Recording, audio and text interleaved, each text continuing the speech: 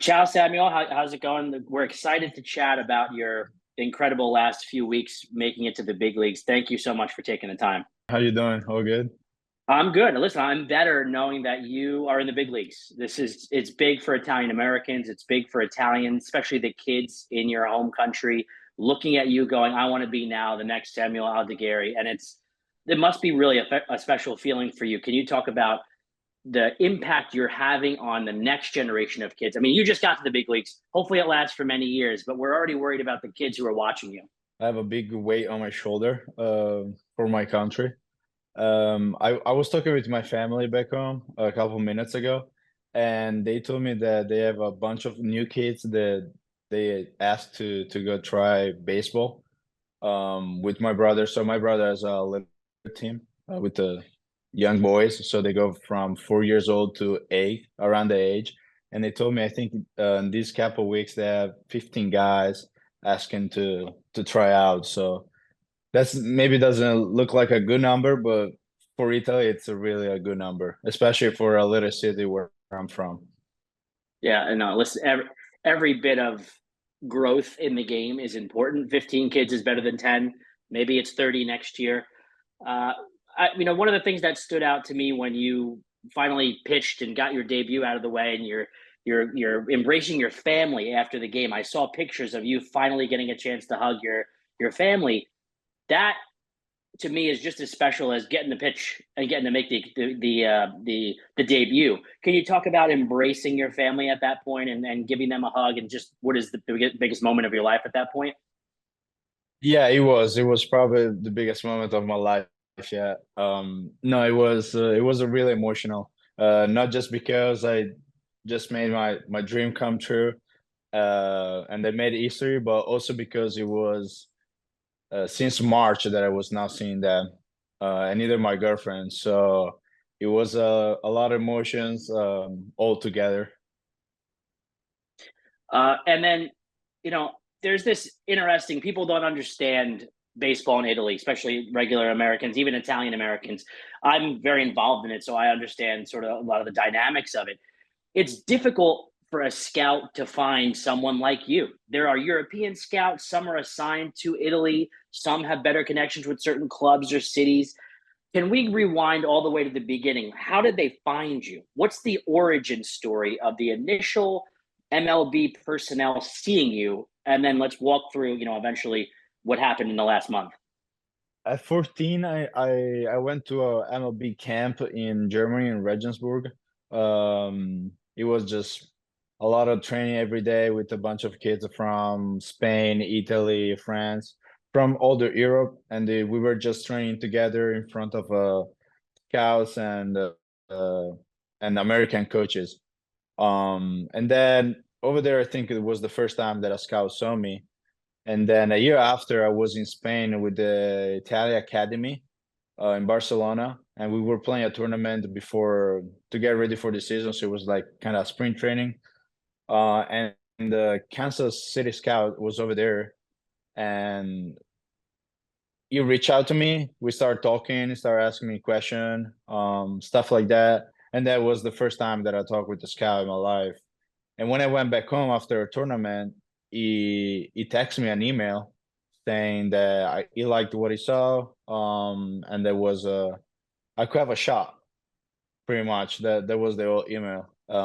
So from there, I started to work, of course, every day, try to get the contract. And at 16, I was in Prague in Czech Republic, um, for a exhibition game before the European Championship in Italy. And the Italian scout, Claudio Cerrato, saw me pitch it over there, and he gave me his number. We talked about a little bit before the European Championship, and then we kept talking like during the off season. And the year after, in March, I was in Bologna in Italy doing like another MLB camp, like a tryout to go in London for the London series. And Claudio was there. He saw me. My villa was out, so we start to talk even a little bit more, and we just ended up concluding the contract. There's this network of showcases and clinics and camps and the ability to be seen, you had to be active. You had to chase that dream essentially and put yourself in the right position. So it's not easy. If you would have missed, think about this. If you would have missed potentially any of those things that you just mentioned, maybe this whole thing doesn't happen. Maybe you have a Yeah. bad day at the next one.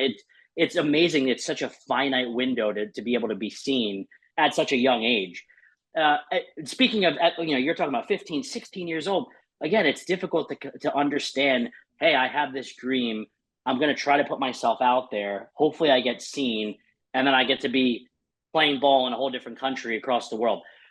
At what age did you start to crystallize that goal? What were you, a young kid? Were you a teenager? When did you realize you had the ability, and when did you say this is all I want to do?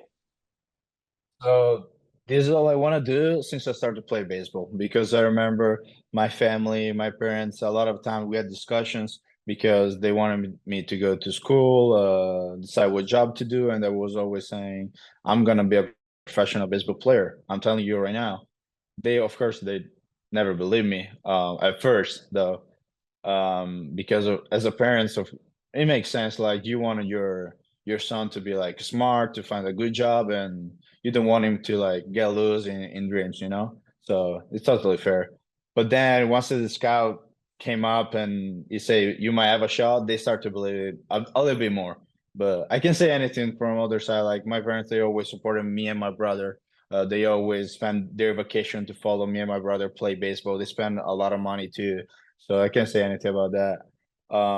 I probably start to realize that when the scout texts me, that's probably when I really say, okay, Sam, it's all in right now, because I was 15, and the chef decided between go to school, find a good job and stuff like that, or follow my dream. And that young age, like it's a lot of pressure decide what you want to do with for the rest of your life, you know. Because if you go in another country, okay, it's a good experience, but then you come back. Like I studied for just 3 years, so it will be hard to find a normal job for me. So yeah, it was literally like, okay, it's all in. Now we just go for the dream. You gotta be good though. Like you gotta give 100%, because if you don't make it, then you have a problem for the rest of your life. You know. Did you do college for a couple of years? Did you study at a university? No, I just studied in Italy. Yeah, I knew it wasn't in America.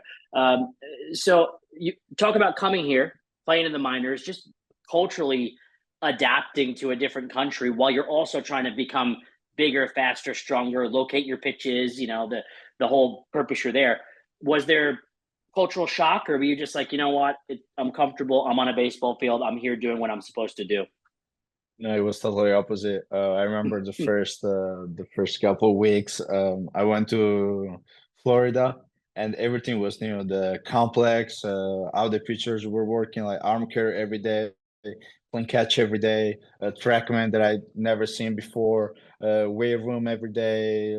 It was way different than Italy. So at first I was kind of shocked, because go to the field like at 7 a.m. and go back at the hotel at 5 p.m. It was like, whoa, I'm not used to this, you know.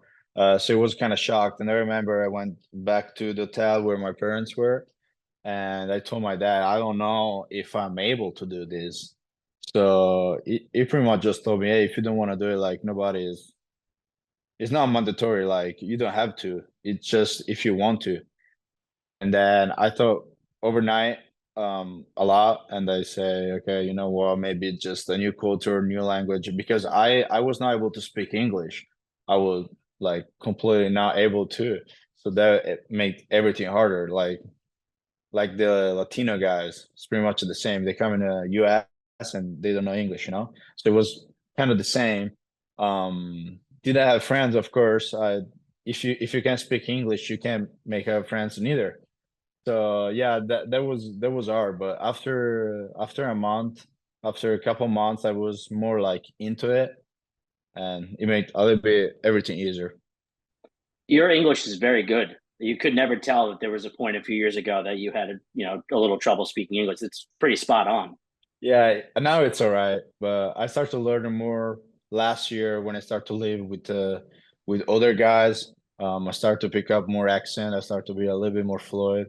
But yeah, a couple years ago, it was not that good. What do you think about Italian food in America? Are you eating any? Is anything reminding of you at home, or nothing at all? Nothing at all. Sometimes I go to some place and maybe they have one food that it's really good. Uh, but I always taste the difference. It's just how it is, you know. You don't want to have chicken parmesan, like the most stereotypical American Italian food you can eat. No, absolutely not. I don't like it. I How about? refuse to eat American Italian food, even when it's in the field. I just don't hit it. Oh, that's funny. That's all we have. Some places are better than others, but I would agree. When we go to Italy, the food is incredible, and it's one of the greatest things to do. Not just be in Italy, but to eat the food there, talk to the people, and experience everything. It's beautiful. You're getting into differences from when you were in the minors to getting called up. Did you change anything from your routine, and how much more now are you being handed data and metrics to study? How many more coaches are in your ears? I'm always curious about your process. Or do they kind of leave you alone and just let you go? You're only 3 starts into this thing and you got to figure it all out. So the routine changed a lot. Of course, like um, I think for me, it changes every year. It depends. I'm a bit feeling guy, so if I feel something is wrong, I just change it and I try to do what feels good. And maybe if it's the same routine every day, I do the same routine every day. Um, but no, they with the TrackMan, they start to explain to me like a little bit more last year. So I kind of look like more at the movement of the ball and stuff like that. And now in the last 3 starts, while I was here, the pitching coach helped me to watch the video, my mechanics that I was not doing before, or if I was, like I was not doing consistent. Um, and yeah, so now we kind of watch like the videos. We go through the movement of the ball, my mechanics, and all stuff like that. So it's a lot of feedbacks that help you to be better. Any specific coaches or even veteran teammates that have taken you under their wing and made you feel comfortable right from day one? I think I had a lot of coaches and young guys that helped me. It will be hard to me for me to say one because as I say, I had a lot of coaches and everybody helped me through my journey, you know. So who did just a little part, who did a big part, everybody helped me in some way. So it will be hard to say just one. Of course, no, there's a lot of people in your journey, presently and in the past. As a kid, did you look up to somebody like Alex Liddy? Even though he's not a pitcher and he's a position player, was he the guy when you were growing up, or did you look at other players in the big leagues, not Italians, not Italian Americans, who you sort of emulated your game after? How did you set models for yourself to look up to? So I grew up as a Boston Red Sox fan, because they were the only them and the Yankees and the Dodgers, they were the only team they were pretty much streaming on TV when I was a kid. So I follow a lot of Big Papi David Ortiz, and then once he came in the league, I started to follow Clayton Kershaw because lefty's mechanics was different than everybody else. So I started to like him, and I started to follow him too. And about Alex Liddy, yeah, I remember when I was doing the summer tournaments in Italy, I remember every kid was trying to collect his card. Everybody was talking about him. I think it was pretty cool because, especially right now that I think like probably kids in Italy back home are doing the same with me. It's a amazing feeling. Yeah. Hell, I'm doing it. I'm collecting the cards too of you. This is amazing. It's good for Italians and Italian Americans, and Liddy, and what Alex did as a position player now 12, 13 years ago, it was equally as special. And he's still playing. He's still around. Obviously, he's not in the big leagues, but he's a vibrant part of several Mexican league teams. And they just signed him in the with a week or two left before Parma wound up winning the championship. So that was Yeah. unique too. Were you following the Italian playoffs when they were happening? So I follow a little bit and then I got called up and I started to check my phone for like a couple of weeks, especially because my family was here. so I didn't really look at my phone at all. But yeah, I saw the Parma won the championship. I played there in 2020 during COVID season, and my brother played there till last year. So I'm really happy for them. It was 14 years old, I think, that they didn't win a championship. So they deserve it. They have a really good team, and I'm happy for them. Yeah, I wanted to ask you about the current state of baseball in Italy, and for me, I'm always looking at it, I'm observing from afar. I've been to many different fields and talked to a lot of people from Italy over the last handful of years. It always feels like it's either just missing, it just needs a bit more resources. Obviously, the fields look like they're stuck in the '80s. It's an interesting world. I mean, I love it. I love being there. I love being on those fields, but I know that it's lacking something. What is your impression to maybe evolve baseball in Italy and just your candid assessment of the game over there? Um, so I didn't spend a lot of time back home in the last couple of years, so it's hard to me for me to tell like how baseball is. But for sure, if you think about future, uh, first, hopefully, what I'm doing, kids start to follow me on social, start to see like an Italians in the bigs. Hopefully, they're gonna bring them like to at least try baseball and maybe follow. It's gonna bring more people to follow. And then I think honestly, like it's not a change that you're gonna make in 5 years. I think it's a long-term change. For me, is we should start from school, start to teach like kids, start to bring more kids to try, and then maybe in 10, 15 years Babes is gonna be more famous. We're gonna have more sponsor, more money, so you can have access to a complex, to baseball field, like in a good situation now, like the bad baseball field that maybe you see in the South. That's one thing like it always surprised me. I went to play in South Italy a couple times, and it's even worse than North. It's really bad, and I feel bad for them too because I play in Sicily and I saw people over there working really hard trying to get baseball back again.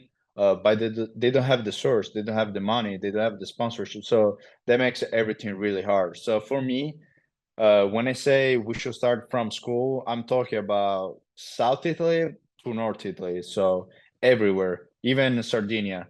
Um, I think yeah, that's gonna be a big thing for us, and it's just gonna bring more people and gonna make everything better. You got to start young. You need national academies, you need national training centers, you need a better emphasis on the game at a young age. We need balls and bats and some gloves and getting things in these kids' hands so they can understand. We need more clinics, more seminars. We need when you're at home and you can get to influence these kids in your MLB off season, that's going to be a big factor for them seeing you there in your home country. So there's a lot of work to be done. I could see it too. Yeah. And you're right. I think that I've experienced a lot in the north. My family's from Sicily, but I haven't been there yet. I can't wait to get there. But I hear that south of Rome, maybe even south of Nettuno and Anzio, the fields are not in great shape, and they're not in any perfect shape in the north, and in Parma and Grosseto, but they're decent, for lack of Yeah, a better term. yeah, I agree. Um, you're using a glove from Dominate and Alessandro Maestri's company. I was fortunate to spend some time with him in Castiglione della Pescaia in July, where he told me his whole story about the glove company. So as soon as I saw the pictures of you holding that, I was like, oh, I know that company. I know Maestri. Do you have a relationship with him? And how cool is it to have the Italian flag on your glove? That's got to be the greatest glove in baseball right now. Um, so yeah, about the flag, I had to cover it because of big league rules. Um, but Oh, yeah, figures. yeah, I met Alex in 2018, I think, when we went to Arizona. I already knew who he was, of course, because he's a kind of legend of Italian baseball for what he did, and I knew his company. And then after I signed, I already had one of his glove back home, and then after I signed, we talked a little bit about. He was giving me like some gloves, and there was just showing it in US. And second, like it's an Italian brand. As you as you probably heard of seen, I'm proud to be Italian. So if I can wear some Italian stuff, whether from gloves to whatever, like it's something that I want to do, especially for Alex. He's a really great guy. Um, I enjoyed to work with him. I enjoyed to talk with him. He's really present. He texts me like really often. So as I say, for me, it's a proud to bring a dominate glove, a brand, an Italian brand on a baseball field in US in front of everybody. And I think That's this is, perfect. yeah, this is good for him too. It's like gonna bring more people, and they're gonna see, oh wow, so they have an Italian brand that makes glove over there too. You know? Gorgeous gloves. Some of he was showing me a catcher's glove in Azori blue with these all these icons, the Coliseum and the Italian flag and some Italian food. Unbelievable quality stuff Yeah. that he has. I was telling him I got to get it for my son, the catcher's glove. My son's a catcher. It's awesome. Have you talked to my pal Wayne Randazzo with the Angels at all yet? Who you say? Wayne Randazzo, he's the TV broadcaster with the Angels. Oh yeah, I think I met him. Yeah. Yeah, he's a friend of the Italian American Baseball Foundation, very proud Italian American. And when you made your debut, he was doing the broadcast, and so he made the whole correlation to Romeo and Juliet and Verona and the entire thing being a beautiful romantic story. But it was great that an Italian American was calling your game. It could have been more perfect. Yeah, I agree with it. It's pretty cool. How much forward are you looking to getting back to Italy, resetting, taking a break, eating Italian food, just kind of almost recapping your entire last year? It's been a whirlwind for you. Yeah, it's been uh probably I still have to realize what a great season has been for me. Um yeah, I want to go back home after the season. Spend some time with my family, with my girlfriend. I want to eat my grandma's lasagna as soon as possible. Uh but yeah, recapping, like I started the season in IHE with another organization, and now be here playing for a major league team. It's amazing. It's been a crazy season. I was not expecting this at all. My goal for this season was reach double A. So that's a big difference. Yeah. Yeah, you're overachieving. That's great. I mean, and now you're here to stay, hopefully, and you have not just one country behind you, but you have the millions of Italian Americans behind you too. We're all pulling for you, and it's special. And the two things that we're looking forward to, and I'm sure you are as well, would be the next World Baseball Classic and seeing you play for the Azori, and then 2028, the Olympics in Los Angeles could be a home game for you if Italy qualifies and everything. Are you thinking about those two things yet? I mean, I know we're getting ahead of ourselves. Yeah, you said it. I'm a guy that likes to live the present and think about the present. Um, this is gonna happen in a couple years, and of course, I want to play for the national team. Um, yeah, so another goal, but for now, I want to think about now I'm here with the Angels. I still need to work to make sure that I have a spot here. Um, so I just wanna think about the present for right now. Of course, no, it makes total sense. Live in the moment. The other things will happen when they're meant to happen. Last question, and this is for the kids of Italy. What advice can you give them? The people that will watch this, that will translate it, the baseball blogs in Italy that will share this. What is it? The message that you want to give to the kids in Italy? Um, Believe in your dreams and chase it, because my brother was the only one that believed me since the day one. Even if nobody's believing in you, just you are the only one that have to believe in yourself. You know what you're able to, and I think our brain, our mindset does 95% of the job. Because if you want to make something, if you want to do something and you really think that you can do it, it's gonna end up that you're gonna make it. You're gonna do it. Wise words of wisdom. We're looking forward to seeing a generation of pitchers coming from Italy now that have modeled their lives after you, and I guarantee you something's going to happen like that. I hope so. Congratulations on the early success. We're looking forward to watching it all play out. Thanks for making Italians and Italian Americans proud, and then good luck the rest of the season.